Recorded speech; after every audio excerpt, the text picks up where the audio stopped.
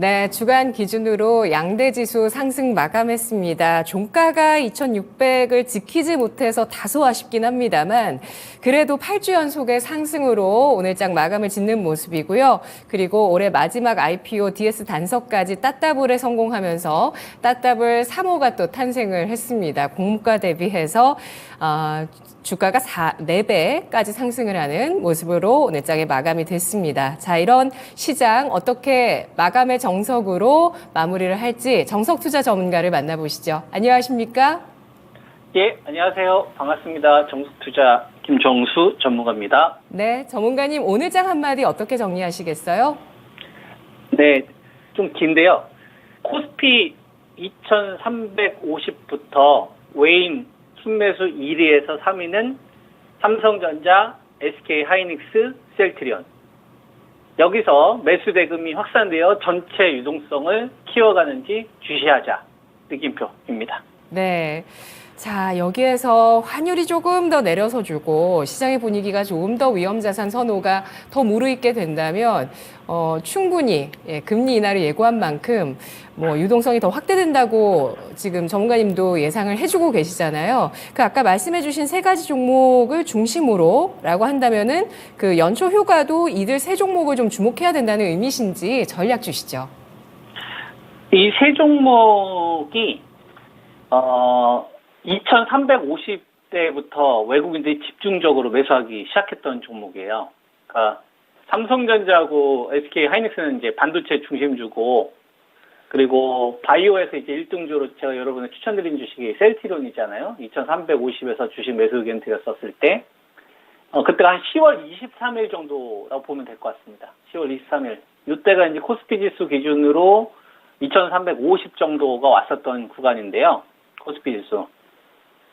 이때가 2350이 왔었던 구간인데, 그 다음날 바로 2350 꼬리 달고서 한 차례 반대 매매 물량들하고 신용 물량들 청산됐었지만 빠르게 2350이 회복되고, 그리고 지금 2620까지, 그죠? 2620까지 요 구간까지 시장이 상승을 했는데, 이 구간에서 매수 상위 종목들 가운데서 이 세 종목이 어떤 종목이냐면은 첫 번째가 이제 삼성전자입니다. 10월 23일 기준으로. 10월 23일 기준으로. 왜 이때 기준으로 보냐면 코스피 2350이 우리나라 12월 결산법인들이 50조 정도 벌었을 때의 밸류고요.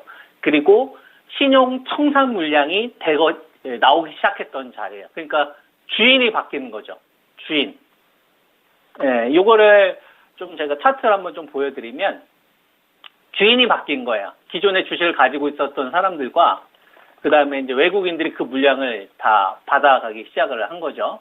그래서 보시게 되면은 주인이 이제 바뀌기 시작을 한 거예요. 왜 개인 투자가들의 물량이 확 떨어졌던 시점을 보세요. 10월 23일 기준으로 확 바뀌잖아요, 그죠? 개인 물량들이 싹 떨어지기 시작하잖아요, 그죠? 요거를 이제 누가 가져갔냐면은 외국인들이 가져가기 시작했죠. 제가 말씀드렸던 거는 이겁니다. 그러니까 수급 주체의 교체가 있어야 돼요. 버티다가 못 버티는 사람들이 손절하면서 요 물량들이 가져가야 되는 거예요. 외국인들하고 이제 기관 투자가들이.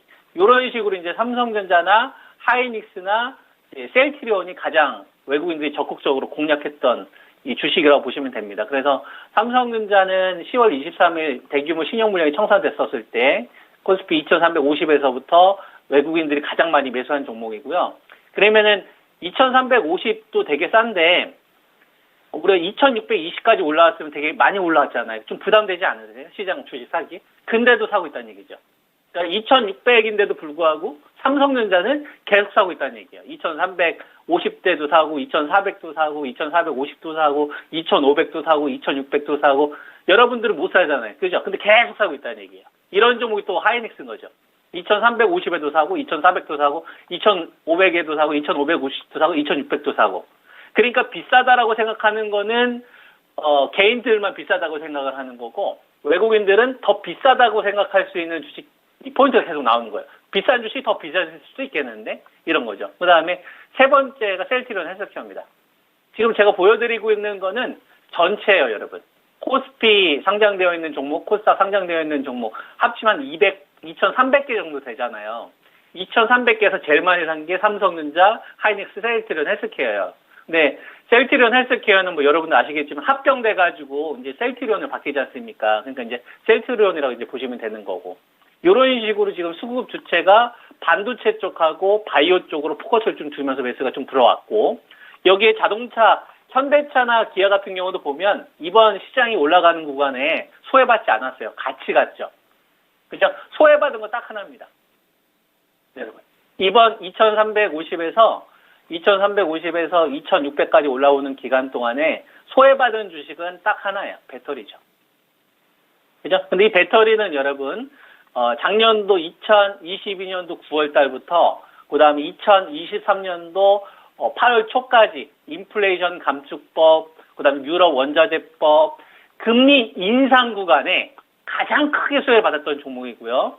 지금은 금리 동결이 아니라 금리 인하로 가다 보니까 금리 인하로 할인을 받았던 주식들, 금리 인하로 피해를 받았던 낙폭주들, 이런 쪽으로 돈들을 지금 빼앗기고 있는 거예요.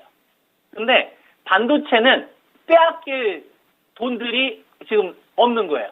왜냐하면 비싼 기업이 더 비싸질 수 있다라고 베팅되는 돈들이 지금 늘어나고 있으니까.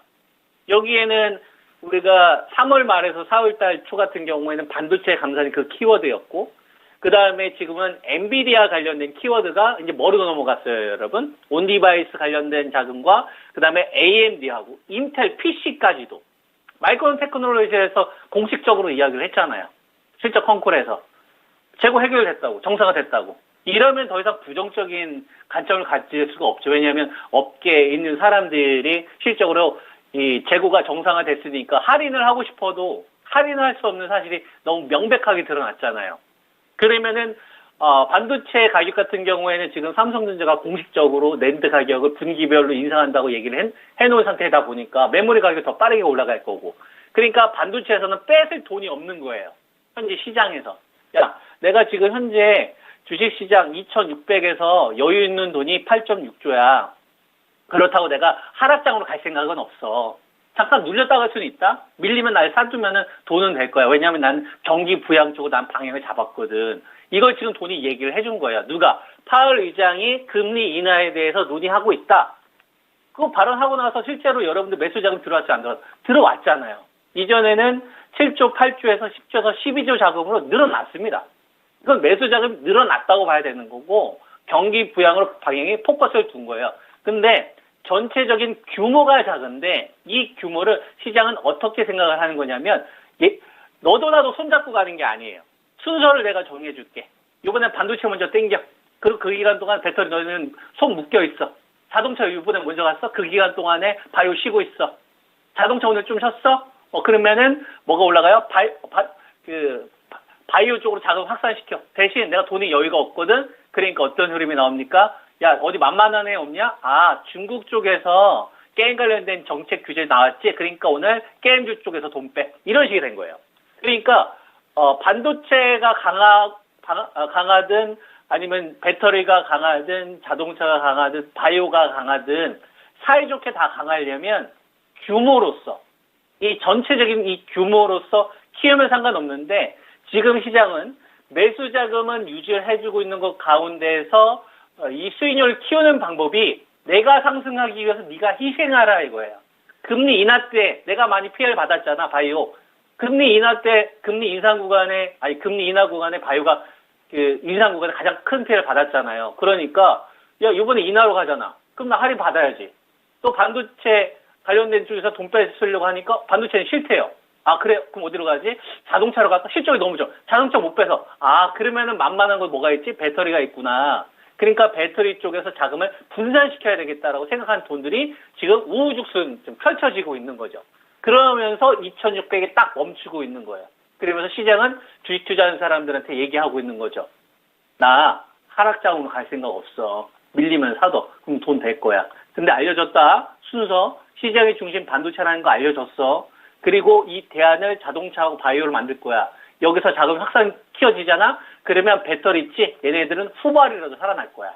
그러니까 너희들이 지금 초점을 둬야 될 거는 자금 배분이 먼저 진행되는 쪽에서 수익을 키우고, 그리고 후발 나오는 주식은 돈이 때문에 한 조 주씩 모아가는 거고, 그다음에 매매할 수 있는 주식들은 구분을 해서 지금 시장 대응을 하면 연말, 그다음에 내년 연초 좋은 수익률이 계속 너희들한테 던져줄 거야 라는 게 돈이 지금 현재 시장한테 주는 메시지가 아니냐 우리에게.